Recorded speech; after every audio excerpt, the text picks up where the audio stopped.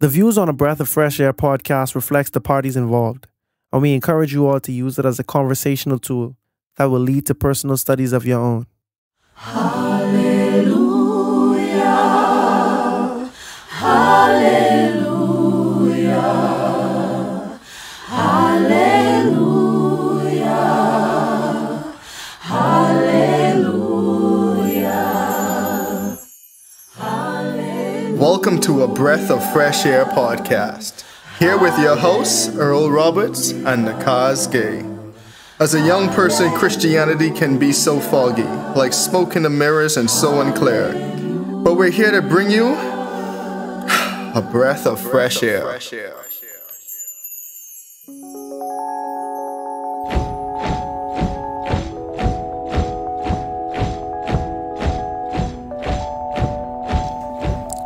Why are you guys disturbing me in my cave?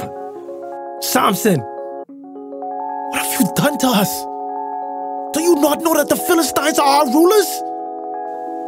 The Philistines? Of course I know who they are.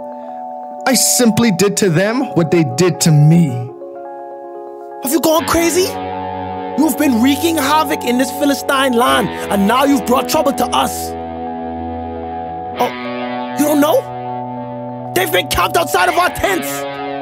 We thinking that they coming to war with us, bro, unexpectedly. But no, they come looking for you. So you've left us no choice. They must capture you and give you over to them. Tie him up.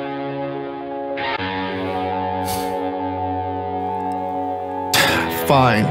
Do as you must. Just swear to me that you won't kill me yourselves. Agreed. We will only tie you up and hand you over to them. We will not kill you. Easy. You gonna tie these ropes any tighter?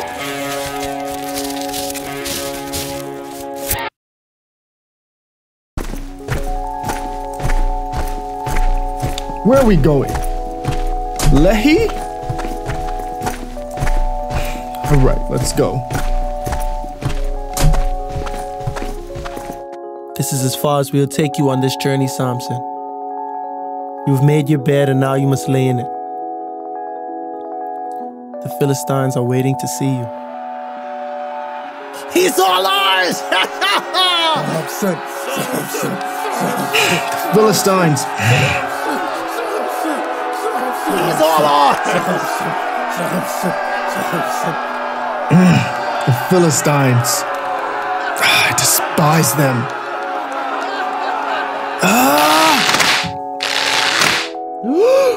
That's impossible. Israelites, look. Samson broke free. But the Philistines are charging. He's as good as dead. Let's destroy him for all that he has done to us! What am I gonna use? Donkey jawbone? I guess it'll do.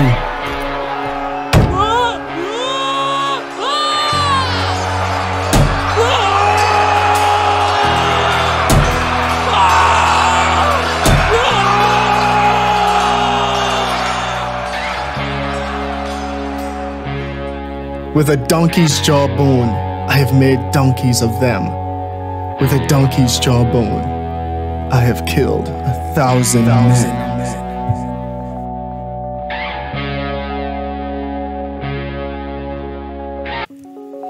Last week we explored the events of Samson's first marriage and his wedding feast. We also saw how his Nazarite vows were being violated. This week we are continuing the story of Samson in Judges 15 and seeing what Samson can do with a donkey jawbone. As always, be blessed and enjoy.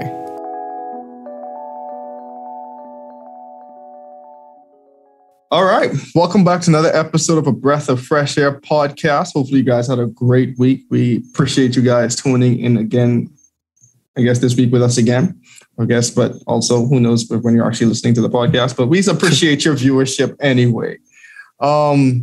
Hopefully everyone had a good Thanksgiving. I know we said that last week, but all the turkey's probably gone now, all the leftovers are gone. And now everyone's just getting ready for Christmas. Well, the other holiday season. By the way, are we actually doing another holiday episode? I was thinking about that today. I know. I mean, We gotta do. Yeah, we should. Hey, we said last year that we were making a thing. Yeah.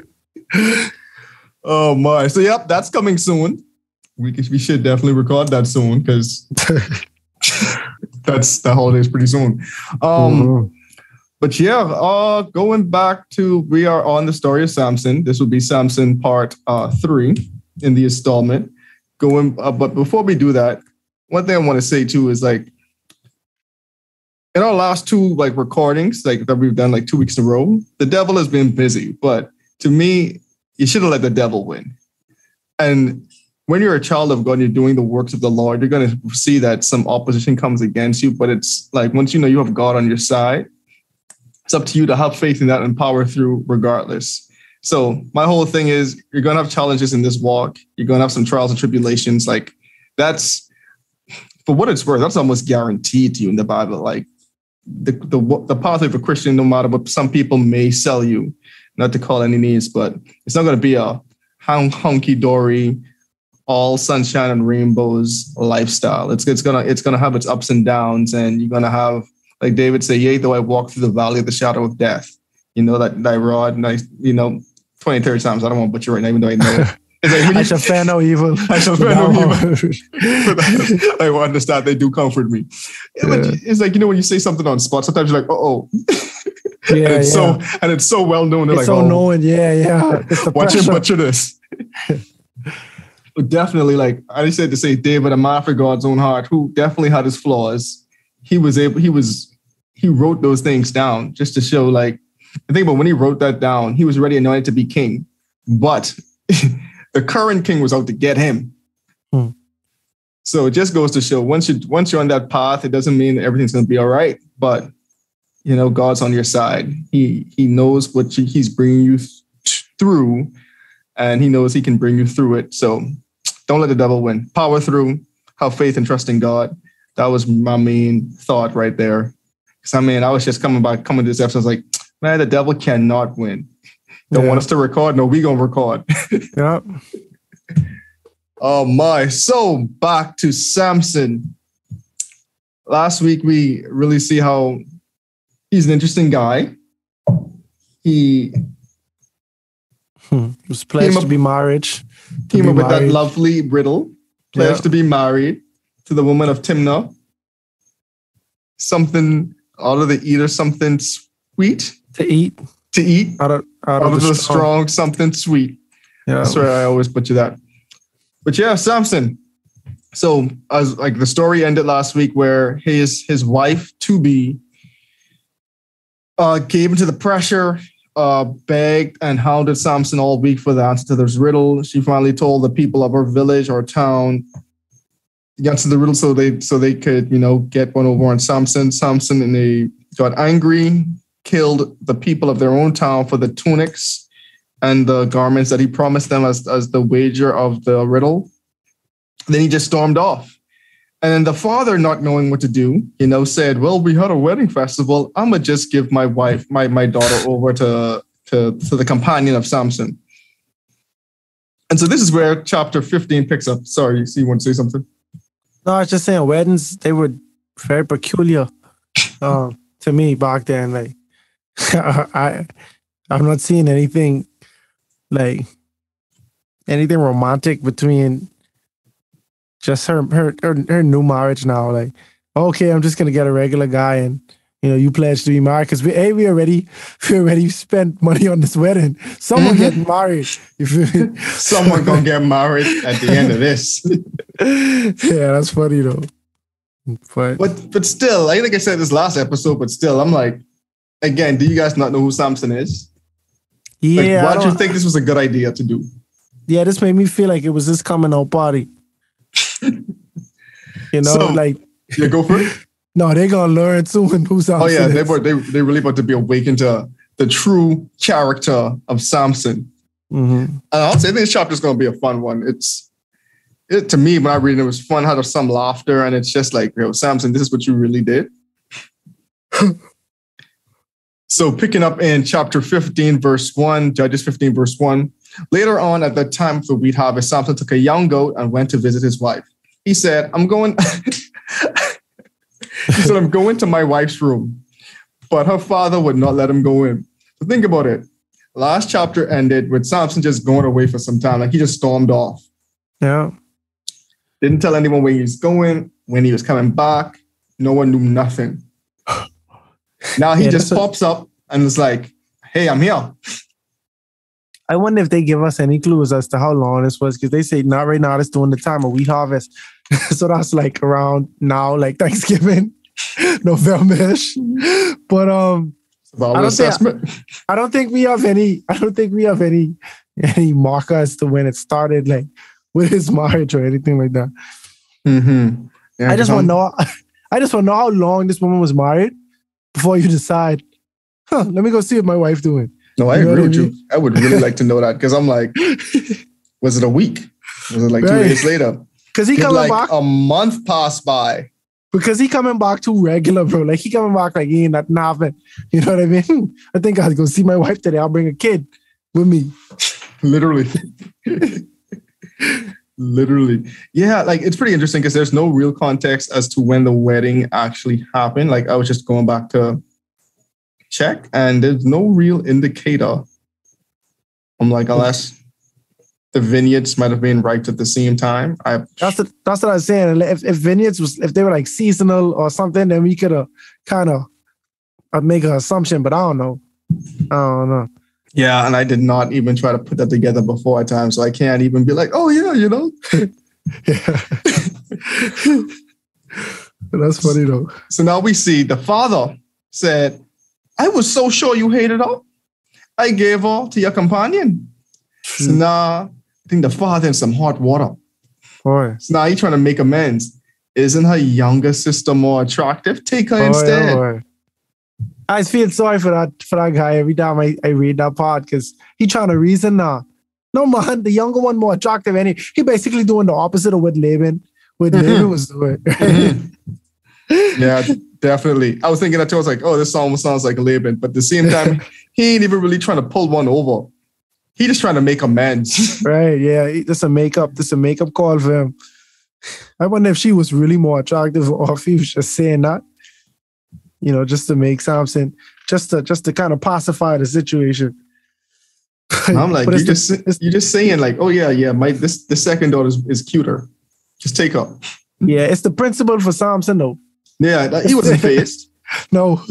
He was not phased at all. Samson said to them, this time, I have a right to get even with you all. Right. I first time really harm you guys. The first time was on the house. But this time, I owe you all this for real. So, this is the part that gets me.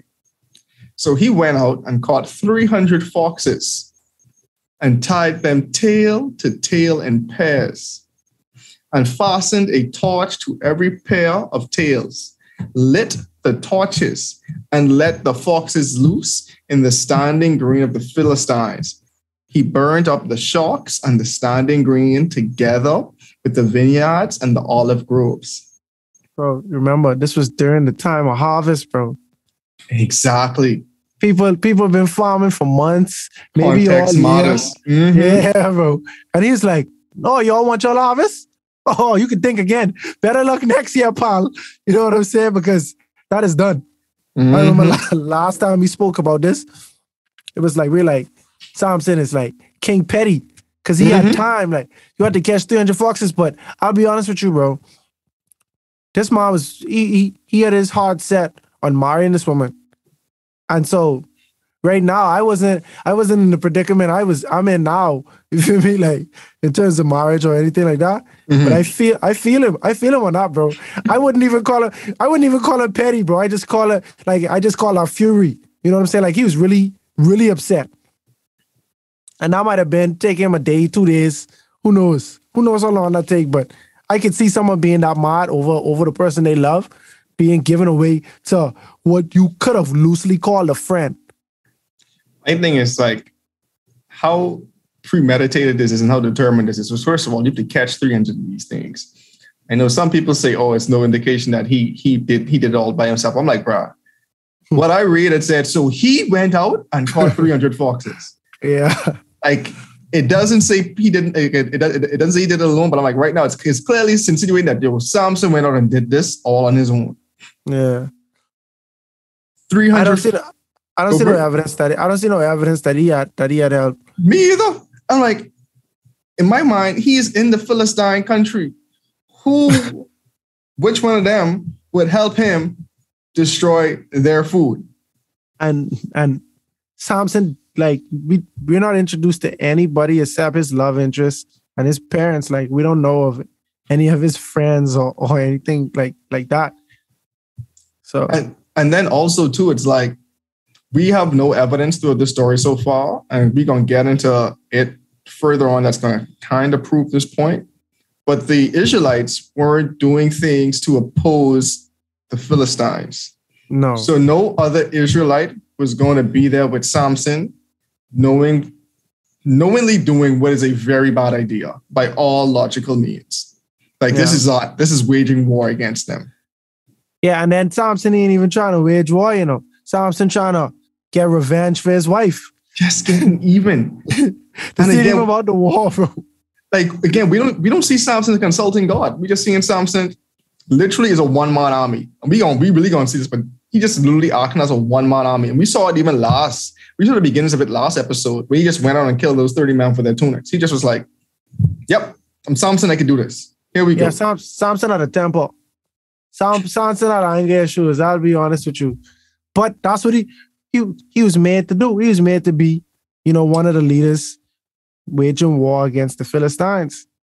So look what God had to do for him to actually do his job. We keep saying that. Does Samson know that he is a judge? Is he aware of this? Yeah. Because this time you accidentally doing your judgely work. The first time with the 30 robes and the 30 men and stuff, I wouldn't even call that doing your work, because that's just 30 random guys. This time you sending a message to the Philistine camp. You're gonna cause them to suffer in the same way your people suffered. Quite literally. And so now, again, the time it takes to catch 300 of these things, tie them together, and light their tails on fire. Yeah. Like, who thinks of this though? Like, to me, like, this just like, I would just go down and be like, okay, I'm just gonna cut down your fields, or just light them on fire. Naturally just light it on fire. Bro, like, I mean, I get his method. His method is probably the more effective method. But it's like, did you put these foxes in a cage, or like what you do? Like, you catch two, then light them on fire, and then catch another two. Like how modern day movies be like, no animals were hurt in the filming of this movie. Yeah. Just lighting the fields on fire. I understand why he did it, so the fire could have spread evenly throughout the fields before they had time to put it out. Mm. But no foxes had to be injured in this revenge scheme. Bro, he had to get 300 torches. No, he had probably 150. Yeah, 150 torches. Well, it depends on how efficient he is in the day. He might have used like maybe 10. You know what I'm saying? If you could, just keep the torch burning, keep a campfire going, and keep the torch burning. You only need one fire. No, what I'm saying is you had to tie the torch to their that's true too. To their tails. He needed 150 torches, yo. 150 torches. Samson a lot of time on his hands. He was very determined.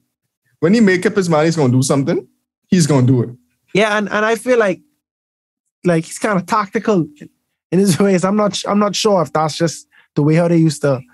If that was a common thing back then. This is the first I'm hearing about it. I don't know if that I've seen this elsewhere in the Bible, but I feel like the thing Samson is doing, the riddle, just his angle at certain things, I feel like it's pretty smart. Pretty smart the way he does stuff. Yeah. It's a very unique guy. And so naturally the Philistines saw that, well, hey, we have nothing's in our vineyards. All the olive groves are like burnt down. All our grain are burnt down. Like, who did this?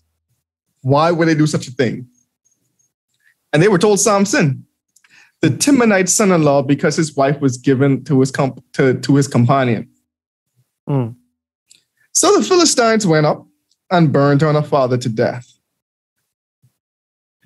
And to me, this is so ironic.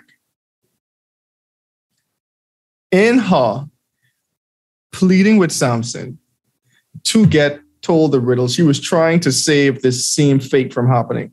Mm-hmm. But she told the riddle. Samson got mad, stormed off. She got given away. He came back. You weren't his wife no more. He retaliated again. And you still died. And your father died. And y'all got burnt to death. And your household. That's why they say honesty is the best policy.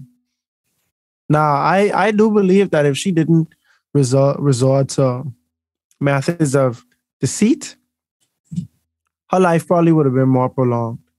You know, the Lord probably knew that it would end this way.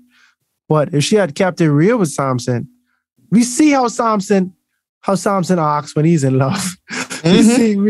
we see the lengths that he's willing to go through to avenge, you know, the people he loves, or, you know, or to just get revenge.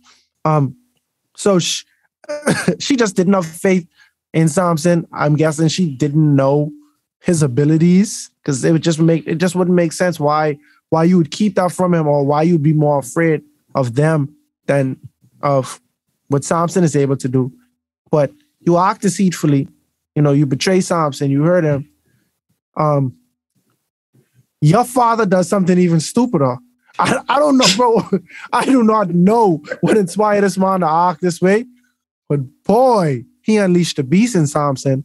And quite literally, Samson unleashed these foxes.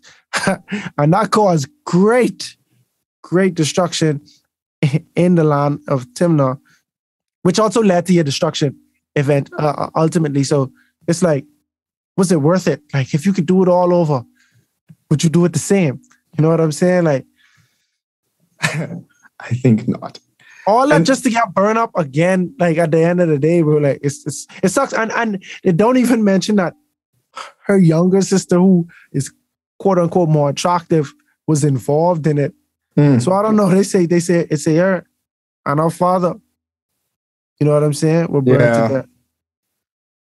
And to me, it's so interesting, right? Because and we're going to see this as this plays out in the story of Samson, but you take a step back and look at it, right? Samson was acting of his own accord. And this is like the last judge that we go to in depth in the book of Judges. And we're going to get into like the characteristics of the children of Israel after the arc of Samson. But he was acting of his own accord, not consulting God, as I said earlier. We knew from 2 episodes ago why God blessed Samson, why he made the covenant with Manoah and his wife to create Samson. He genuinely wanted to bless Samson. Samson was supposed to wage war against the Israelites. Against the Philistines. My bad. Against the Philistines, good catch. And, you know, with no personal loss or feelings or anything attached to him. But each time he's running into these incidents, it's coming at a personal loss to him, as we can see again. Mm-hmm. Because the first time, you know, you get sharp on your mouth, you tell them a riddle, your wife get given away. Yeah. But you kill some of them. Cool. The Holy Spirit came from when you kill them. Now, you find out your wife was not your wife. So it's kind of, I was reading something like, why y'all still calling him like son-in-law and stuff? He ain't related to these people. Like he did not marry her. But again, you retaliated. Now the woman you love still died. And so it's just interesting. Like he is still inflicting damage on the Philistines, but each time he's doing it, he's also losing. It's like a win-lose situation or a lose-lose situation. Depends how you look at it, in my opinion. Yeah, because I don't see Samson as even winning. Like up until this point, he ain't win. Like he ain't get a W yet. Yeah. So to me, it's just interesting to point that out because, like, he feeling all this revenge, but like, why you having to avenge yourself and get revenge on the Philistines when you should just have no strings attached to them to begin with? Imagine the Lord bless you Earl, with a distinctive quality that can liberate your people, but you just trying to fall in love and just trying to chill and party and stuff like that, bro. Imagine that. Imagine not, being patriotic, like not trying to. Imagine not standing up for God though. You have the strength and ability to wage war against your enemies and free God's people. Mm-hmm. But you don't seem to care about that at all. Like, you don't seem to even know that you have this ability to do this to this extent, or you don't seem to care that care about what God's people are going through. And it also seems that the people of the land might not believe in him either. You know what I'm saying? Like it's just all around crazy. The story opens with God delivering them into the Philistine hands. We know that, but we don't know what the Israelite demeanor is. Like, how do they feel about it? We don't know that they cry out. You know what I'm saying? We don't know that they suffering. All we see is this guy who insists on hanging with them. His parents is like, no, you don't gotta hang out with them. Let's hang out, try to find a bride among the Israelites. But no, he want to be over there with the Philistines. Yeah. Boy, Samson's an interesting case study when you actually delve into his actual story and the things he's actually doing and the ramifications of his actions. Mm-hmm. So they put a father there. Samson said to them, since you've acted like this, again, we see, I swear that I won't stop until I get my revenge on you. Bro, bro, like at this point, I'm just like, Samson, what is going on, bro? They killed the people you was upset with, you know? Like, and this is the next thing. He's just like a bull in a china shop, just rampaging right now. And then it's like, it's the principle, bro. You killed my wife. That's what Samson said. But she ain't your wife. Right. And Samson could have killed them if he wanted them dead. He could have been killed them. But he don't want to kill them. He want the Philistines pay for what they did. Which is so interesting. Because, again, you want the Philistines to pay for something like your previous, your fiance's father, decision he made. And one that you also, like one that your fiance still went along with. Yeah. For what it's worth. She could have been like, no, Samson gets like this. He'll probably come back. There was no objections. The father spoke. It happened. Yeah. I don't know how much say the women had during that time. You know what I mean? Because we can see a couple of times girls get married deceitfully.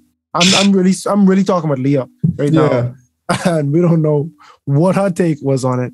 You know, but she's very in love with Jacob. I was saying she went along with it. Like she was, she saw Jacob those 7 years, and she also fell in love. She jumped at the opportunity to marry him.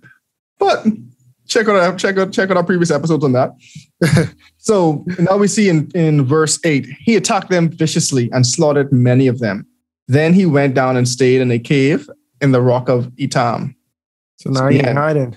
Samson just mercilessly slaughtered them, killed them. Then he just went and stayed in the cave. Hiding, alone, solitude, to me, might just be paranoid. Like, who can I trust now? Or heartbroken and paranoid, lost the love of my life, quote unquote. Killed them. I know they're going to come looking for me. The man just randomly killing Philistines at this point. Like, viciously just attacking them. You's a Philistine, come here. You know what I mean? Because his heart is broken. But this what he was born to do. It didn't have to be like this, bro. You could have been like any other judge who did this under the inspiration of God and be redeemed as a hero. Be deemed a hero, you know? But you deemed a hopeless romantic in my book, you know, just somebody who was hurt. A hopeless romantic who's living like a fugitive. Hurt people. You know what I mean? The man was hurt, like emotionally, so he physically inflicted harm on the Philistines. Just hurt people, kill people. Take it up a notch. For real. And so now in verse 9, we see the Philistines went up and camped in Judah, spreading out near Lehi. The people of Judah asked, "Why have you come to fight us?" "We have come to take Samson prisoner," they answer, "to do to him as he did to us." So now, I just really want to like paint the scene so this guy actually can sink into people's head what's happening. So Philistines went into Judah. Mm-hmm. We know Judah is the Israelite city now. So like this ain't like they came to them, to their city. Like your oppressors came to you. Mm-hmm. Right. And there's like, why y'all here? Yep. People said, "We here for Samson to do to him as he did to us." And Samson was a Danite, right? Like he's from a Danite clan. I think so. Yeah. So now with that, now we know what Samson did to them. He killed them. So now people can say, "We come here to kill Samson. We want Samson to kill him." So I just really wanted to sink in their head, like in the people's head, because these people, 3,000 of the men of Judah, instead of trying to like side with Samson to take on these men, they literally went there and like, "Yeah, Samson, they want you. You won't go." They went to find Samson to give him up, to turn him in. They went to turn Samson in. And it's like, you're turning in your, I don't want to say super, hero, but you're turning in your leader. Yeah. Your leader, you're turning him in. When he's supposed to be the one liberating and delivering you guys, you're turning him in to be killed. Knowingly to be killed. Like, y'all know the story, and that's why I don't understand the his judging. I don't understand his reign as a judge, Samson's. Mm-hmm. Because it's like, did the people respect you as a leader? Were you redeemed as were you esteemed as a leader? Or was it just that you were the lead person killing Philistines, which made you a judge? You're just the renegade acting alone, the vigilante. Right, you the vigilante. So we'll call you a judge because that's what every other judge was doing, killing or waging war against their oppressors. But here we see when, because you know they tell us that Samson ran for 20 years. I think at the end of this chapter they tell us at the end of this, yep. Yeah, and so we know at some point in time during what we know about Samson, he would have been a judge. When they came to the people of Judah, they wasn't happy with Samson. They were frustrated with Samson. This could have been a time where the people of Judah say, "No, we sided with Samson. Let's go to war."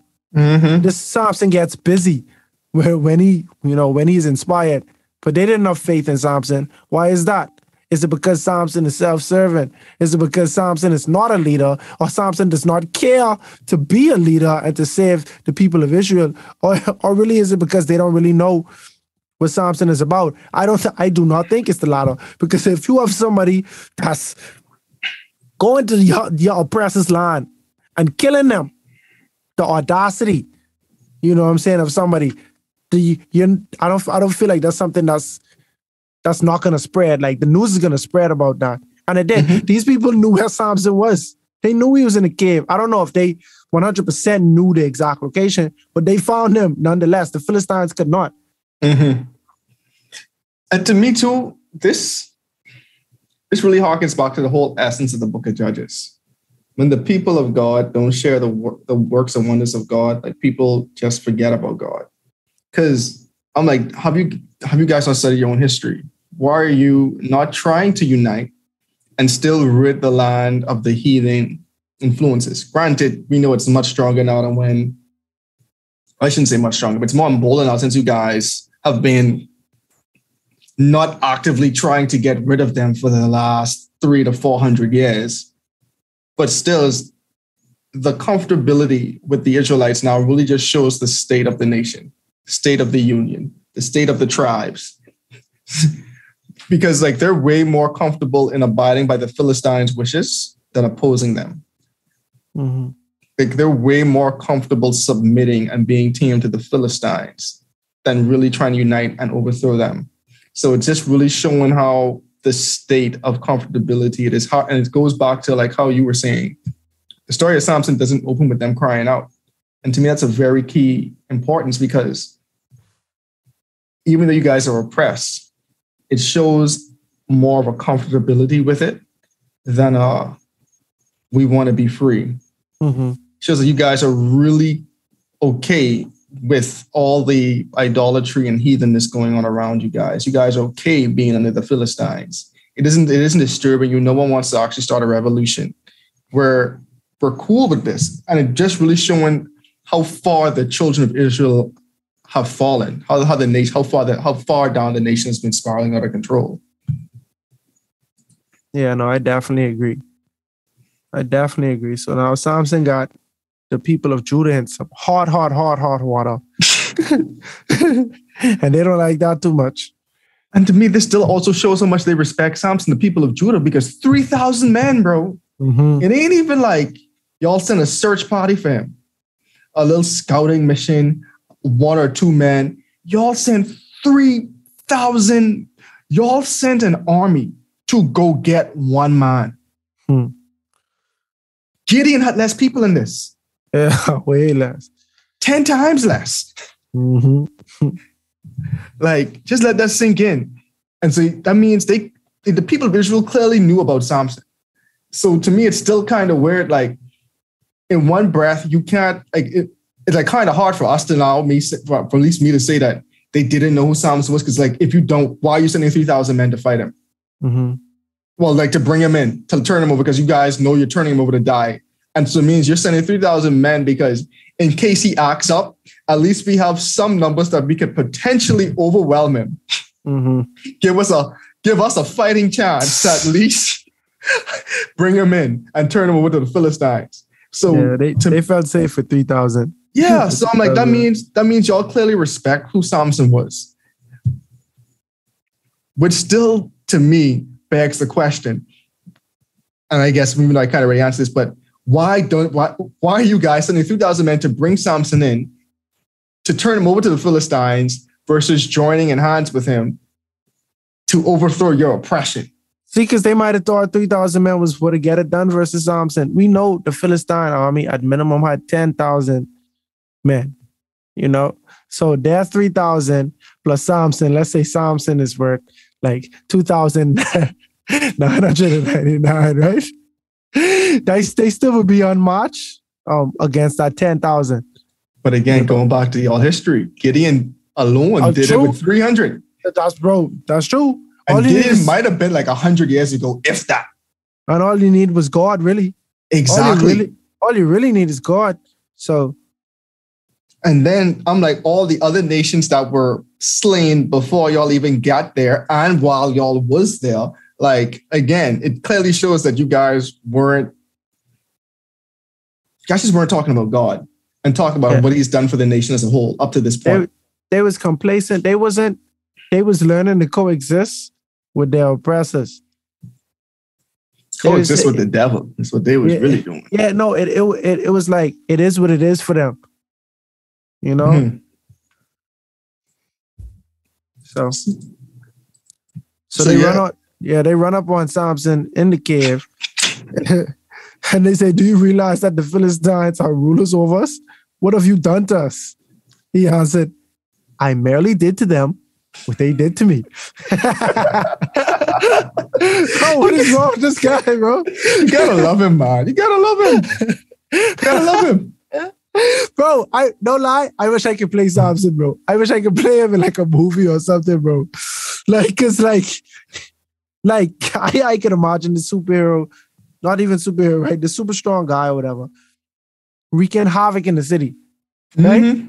The Philistines are like, they about to blow a blood vessel in their head, how upset they are against Samson. Find me Samson. They take a bunch of men and they camp in the tribe of Judah. They put pressure on the people of Judah to the point where the people of Judah go and find them, right? And imagine the scene. The man sitting in the cave, filing his nails on a rock or something, right? He got a fire going on. He about to make some tea. And 3,000 men run upon him. Samson, what have you done? Samson just said, peace, right?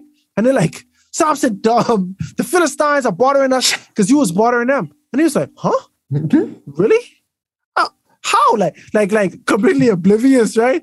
I merely did to them what they did to me, you know? But you're still so funny because they'll be like, but you killed them when you're alive. What they do to you? True.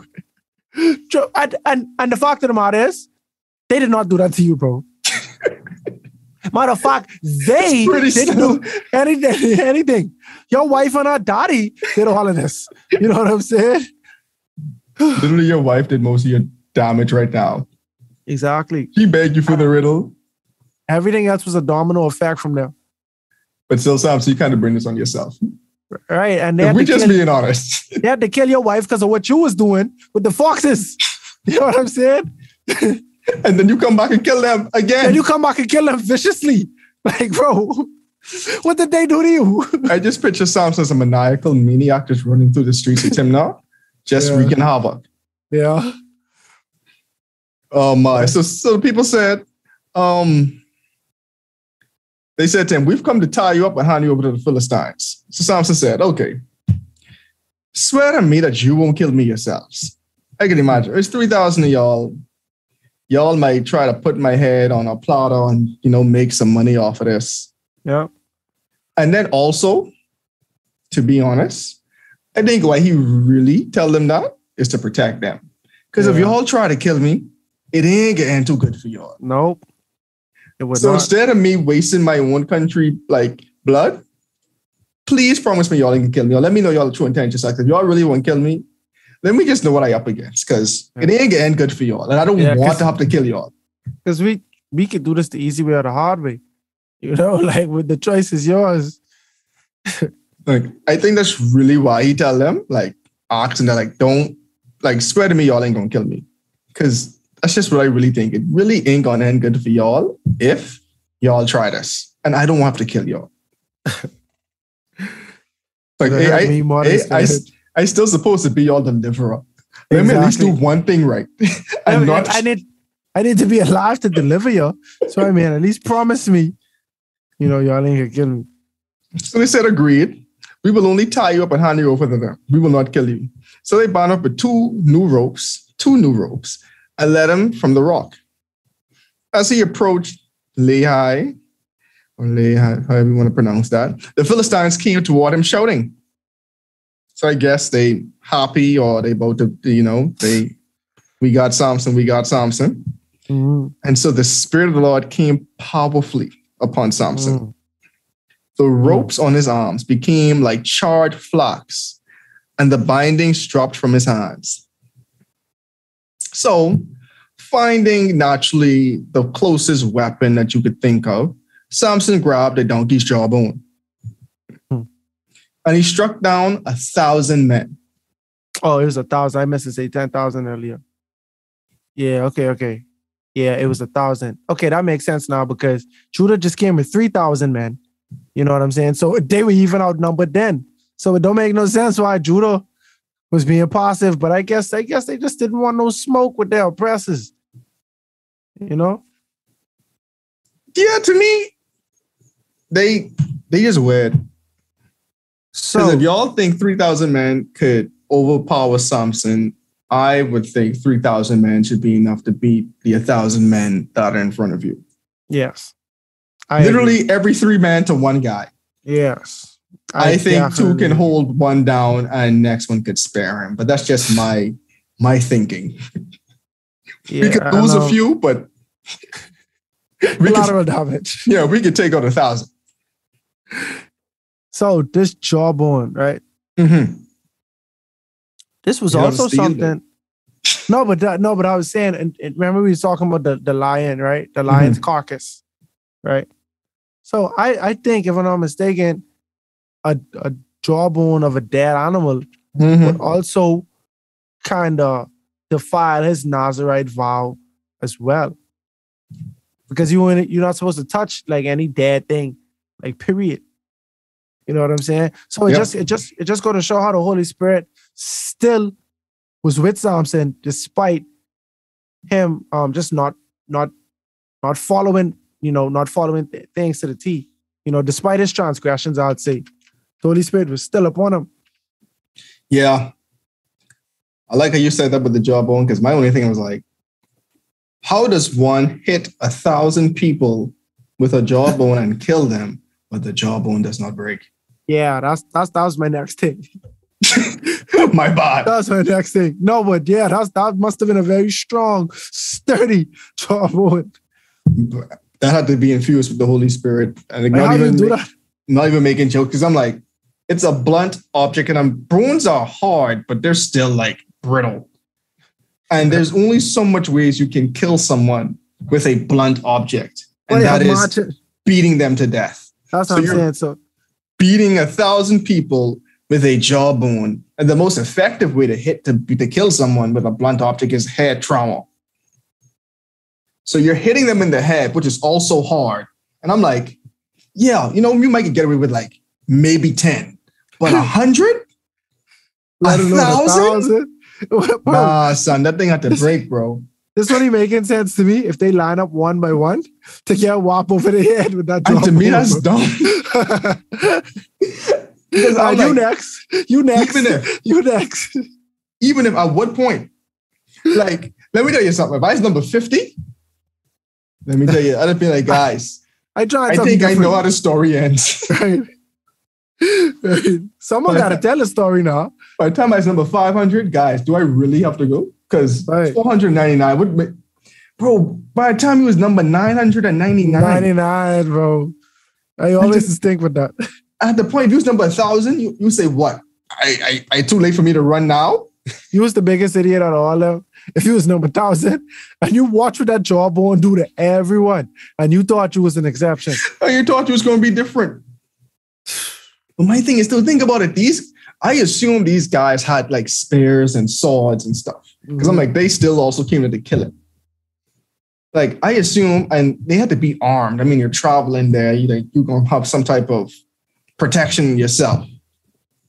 And y'all still let a man with a donkey jawbone kill y'all? Again, y'all couldn't rush him, sneak him from behind, something? Like, I really wish I could see this like play. Like, where was Samson in relation to this 1,000 men?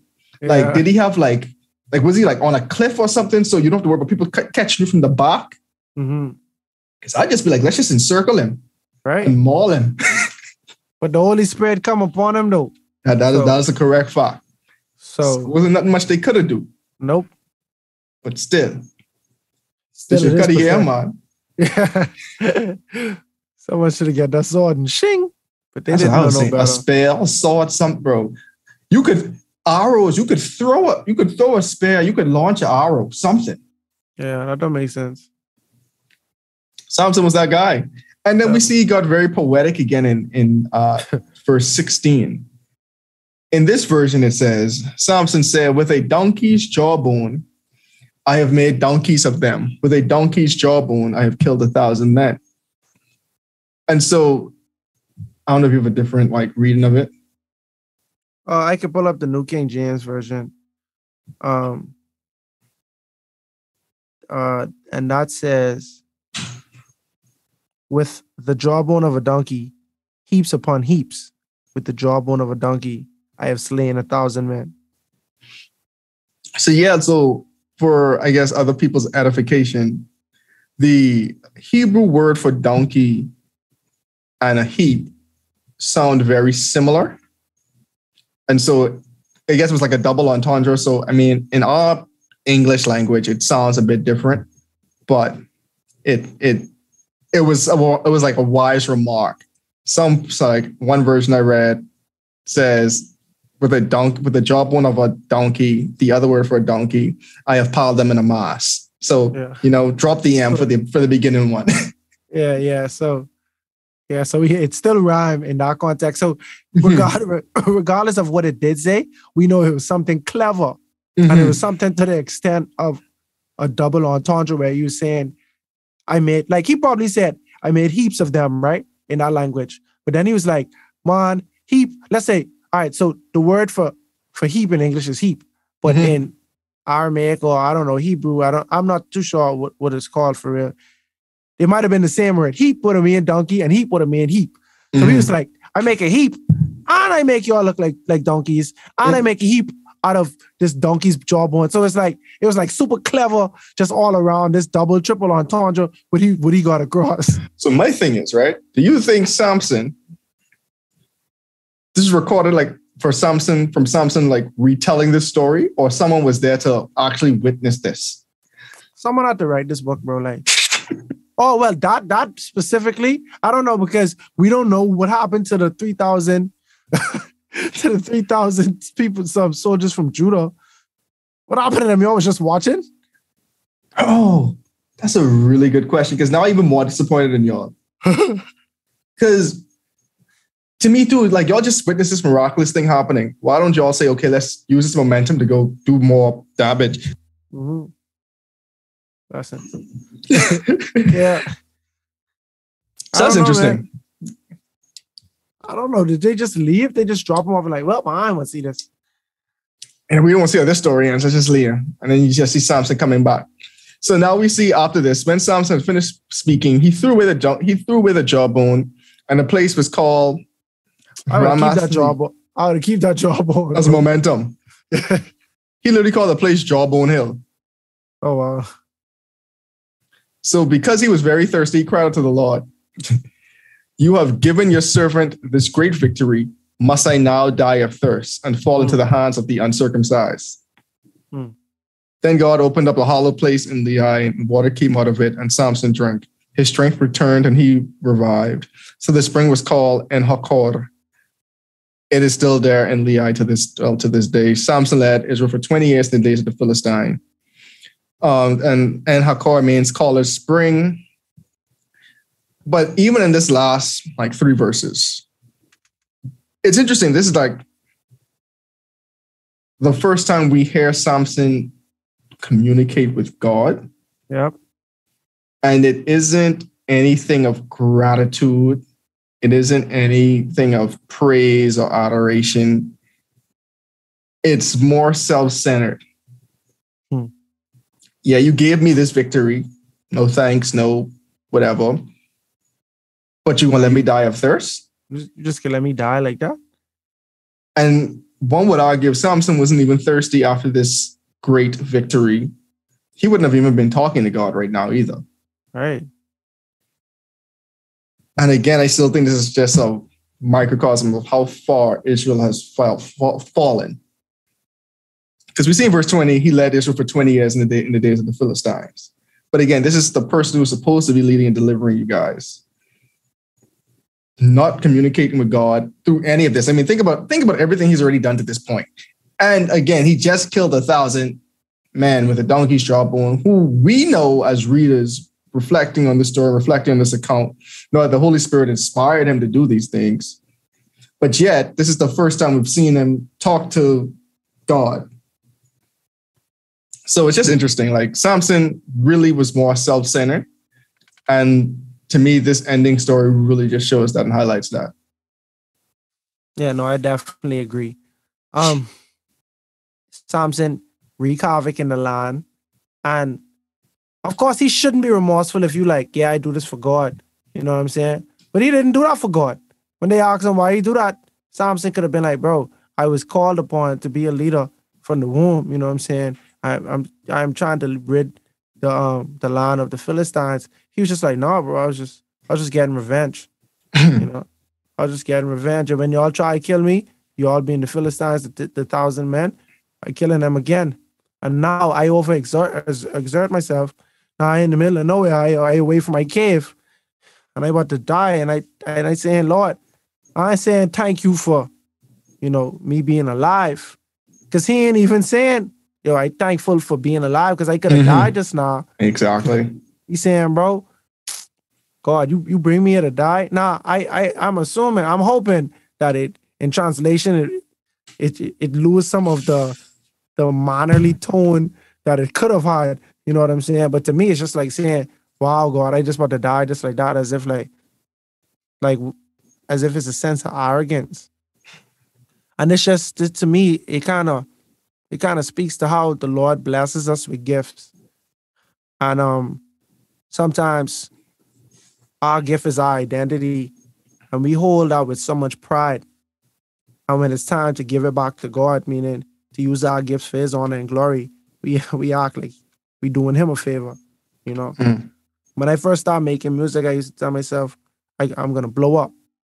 And then when I blow up, I'm going to come out openly about my Christian beliefs and all of that. And that's going to bring people to Christ. As if I was God's secret weapon, you know, to get souls to Christ. You know, I do my thing, and then on my time, I show people my beliefs, and I spread my Christianity with the world. But it don't act like that. It don't. I mean, but it don't. It ain't like that. I feel like I had a line in a poem. One day I wrote, I carried the term Christianity the way Siren of Cyrene carried the cross. I acted like I was doing God a favor. But we ain't doing God no favor. You know what I'm saying?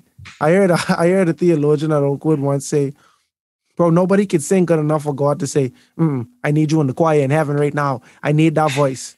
You know, ain't nobody can break down theology so good to the point where God say, "Whoa, I didn't even see that in there." You know what I mean? Like we need to get him. We need to get him in heaven for some heavenly Bible study. You know, our righteousness are filthy rags. So imagine us when we are righteous. Imagine when we whine. Imagine when God give us these gifts, this ability, this mental capacity, whatever talents we have, and we complain like we don't want to even support God, support God's ministry, support his church. You know, we just like Samson. God put us all on the earth for reasons. You know, some of us know the reason why we are. Some of us don't know. But some of us still find reasons, worldly reasons to be on earth. And we completely disregard God, you know. And I feel like when we do that, we no different than Samson. Have all the strength and ability in the world, but living outside of our purpose.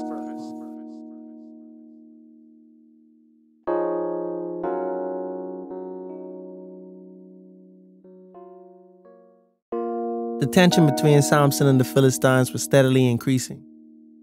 But after numerous failed attempts to capture Samson, it was evident that they could not outsmart him or overpower him.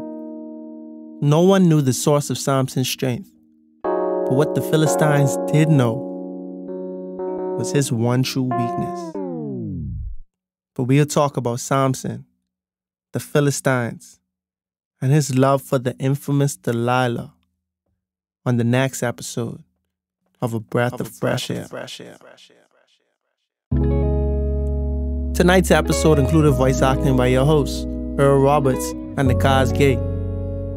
Remember to go ahead and research on your own in order to get a more firm understanding of tonight's episode. And if you enjoyed it, make sure to like, subscribe, and share with your friends. You can follow us on social media at A Breath of Fresh Air Pod on Instagram and BOFAPOD on Twitter. Thanks everyone, and we'll see you next week.